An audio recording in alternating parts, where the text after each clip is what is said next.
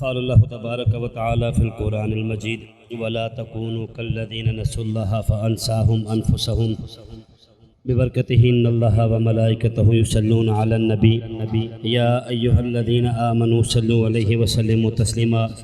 ذرا محبت کے ساتھ جاگنے کا ثبوت دے۔ الصلاۃ والسلام علیک یا سیدی یا رسول۔ سارے پڑھیں الصلاۃ والسلام علیک۔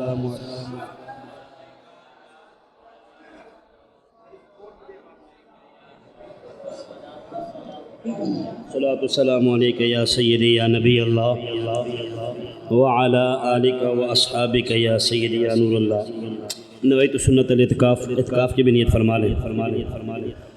سرکار دو جہاں صلی اللہ علیہ وسلم کے غلاموں، میرے مصطفیٰ نے فرمایا قیامت کے دن اللہ پاک کے عرش کے سائے کے علاوہ کوئی سایہ نہیں ہوگا۔ آپ کو بات سمجھ آ رہی ہے؟ ہاں، آج جا کے بیٹھنا ذرا۔ اللہ پاک کے عرش کے سائے کے علاوہ کوئی بھی سایہ، دھوپ زیادہ تیز ہو تو جو بندے پہلے خود درخت کاٹ رہے ہوتے ہیں وہی درخت کی سایہ ڈھونڈ رہے ہوتے ہیں، درخت کا سایہ ڈھونڈ رہے ہوتے ہیں کہ یار کہیں ہمیں سایہ مل جائے، ہم اپنی بائک، موٹر سائیکل یا سائیکل کھڑی کر دیں۔ ہر بندہ دھوپ کے سائے سے بچنے کے لیے سائے کی طرف جاتا ہے۔ امام الانبیاء نے فرمایا غلاموں، قیامت کے دن اللہ پاک کے عرش کے سائے کے علاوہ کوئی سایہ، تین قسم کے خوش نصیب لوگ ہوں گے کہ جن کو اللہ پاک کے عرش کے سائے کے نیچے جگہ ملے گی۔ ذرا اونچی بات سے بولو سبحان اللہ۔ اپنے جاگنے کا ثبوت دے تاکہ میں جلدی اپنے ربط میں آ جاؤں۔ اونچی بات سے کہیں سبحان اللہ۔ کتنے بندوں کے علاوہ؟ ذرا ہاتھ کا اشارہ کر کے مجھے دکھائیں، آپ کو سمجھ آ رہی ہے کتنے بند؟ تین بندوں کے علاوہ۔ اب وہ تین خوش نصیب کون سے ہوں گے کہ جن کو اللہ کے عرش کے سائے کے نیچے جگہ ملے گی؟ فرمایا سب سے پہلا وہ انسان کہ جس نے کسی دوسرے کی مصیبت کو دور کیا، مصیبت زدہ کی مصیبت کو دور کرنے والا میدان محشر میں اللہ کے عرش کے سائے کے نیچے ہوگا۔ نمبر دو، امام الانبیاء نے فرمایا دوسرا وہ شخص کہ جس نے میری سنت کو زندہ کیا۔ اونچے آواز کہیں سبحان اللہ۔ جس کو بھی اللہ کے نبی کی سنت اس میں پیار ہے، بلند آواز سے کہیں سبحان اللہ۔ پہلا یہ کہ کسی نے میری امتی کے دکھ کو دور کیا، دوسرا یہ ہے کہ وہ بندہ کہ جس نے سنت کو زندہ کیا، اور تیسرا وہ شخص کہ جس نے دنیا میں رہ کر مجھ پر کثرت کے ساتھ درود پاک پڑھا۔ اب پہلی بات کہ مصیبت کو دور کرنا۔ آپ کے پاس کوئی مصیبت زدہ آتا ہے، آپ کا اپنا بھائی آتا ہے تو اپنے آپ کو چھپایا نہیں جاتا، فرنٹ پر لایا جاتا ہے کہ میرے بھائی میں کوشش کرتا ہوں، جھوٹی امیدیں بھی نہیں لگانی چاہیے، جھوٹا ربط بھی نہیں قائم ہونا چاہیے کہ میں تجھے کل دوں گا، پرسوں دوں گا، ہو سکے تو آج ہی کہہ دیں، نہیں تو پھر رہنے دیں۔ لیکن اگر عرش کا سایہ آپ پانا چاہتے ہیں تو پھر اپنے بھائی کی مصیبتوں کو دور کرنا شروع کر دیں۔ اور دوسرا یہ ہے کہ سنت کو زندہ کریں۔ میں نے پہلے بھی کہا تھا امامہ پہننا سنت ہے، ٹھیک ہے آپ کے سامنے گرمی بہت ہوتی ہے، میں آپ سے زیادہ ذرا پسینے میں ڈوب جاتا ہوں، لیکن پھر بھی کوشش کرتے ہیں کہ یار امامہ پہننا سنت ہے۔ نماز پڑھ کے بے شک بندہ کچھ دیر کے لیے اتار لے، دوبارہ جب نماز کا وقت ہو پھر آپ امامہ پہن لیں۔ مسواک کا استعمال کریں۔ عین مسجد میں اذان دینا خلاف سنت ہے، عین مسجد میں اذان دینا خلاف سنت ہے۔ علماء فرماتے ہیں کہ جو اس پرفتن دور میں مسجد سے باہر اذان دے گا نا، وہ ایسا ہی ہے جس نے اس طرح اس کو ثواب ملے گا جیسے شہیدوں کو ثواب ملتا ہے۔ کیوں کہ فرمایا کہ جو پرفتن دور میں میری سنت کو زندہ کرے گا، اللہ پاک کی رحمتوں کا اس پر نزول ہوگا۔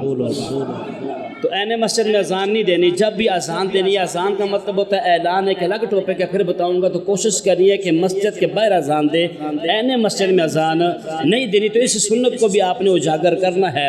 اور تیسرا یہ ہے کہ امام الانبیاء نے فرمایا کہ میری ذات پر کثرت کے ساتھ درود پاک پڑھو۔ حضرات عظیم محتشم، تھوڑا سا لیٹ ہو گیا ہوں، میں آ جانا تھا میں نے، لیکن میں لیٹ ہو گیا ہوں، اس وجہ سے میں جلدی گفتگو کرنا چاہوں گا۔ آپ نے ذرا جاگ کے بیٹھ رہے ہیں، ماشاء اللہ آپ جاگ کر سنتے ہیں، تو میں بھی کوشش کرتا ہوں آپ کو اچھی چیز پہنچائی جائے۔ اللہ پاک کی بارگاہ میں دعا ہے مجھے حق اور سچ کہنے کی توفیق عطا فرمائے۔ میں نے آپ کے سامنے آیت کریمہ پڑھنے کا شرف حاصل کیا۔ قرآن کہتا ہے وَلَا تَكُونُوا كَالَّذِينَ نَسُوا اللَّهَ فَأَنسَاهُمْ أَنفُسَهُمْ۔ قرآن کہتا ہے او میرے بندو ان جیسا نہ بننا، کن جیسا نہیں بننا، فرمایا جو رب کو بھول جاتے ہیں۔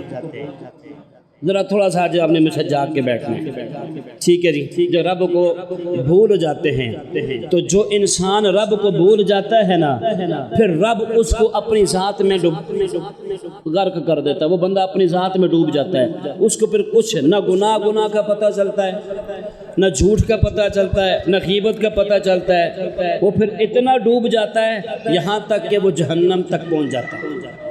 جب رب نے ساتھ چھوڑ دیا، رب العالمین کے ذات ہے ہمارے ساتھ، جب رب ساتھ چھوڑ دے تو پھر انسان کسی کام کا بھی نہیں رہتا۔ تو فرمایا وَلَا تَكُونُوا، نہ بننا ان کی طرح، كَالَّذِينَ نَسُوا اللَّهَ، جنہوں نے اللہ کو بلا دیا، فَأَنْسَاهُمْ أَنفُسَهُمْ، اللہ رب العالمین نے ان کو اپنی ذات تک ہی محدود رکھا، انہیں اپنے علاوہ کوئی اور نظر نہیں آتا۔ حضرت عظیمت کیا مطلب ہے اس کا کہ انسان، امام الانبیاء نے فرمایا جو مومن ہوتا ہے نا، مومن اس کو گناہ ایسے ہی لگتا ہے جیسے وہ پہاڑ کے نیچے بیٹھا ہوا ہے، اور اس کو فکر ہوتی ہے کہ کہیں مجھ پر پہاڑ گر نہ جائے۔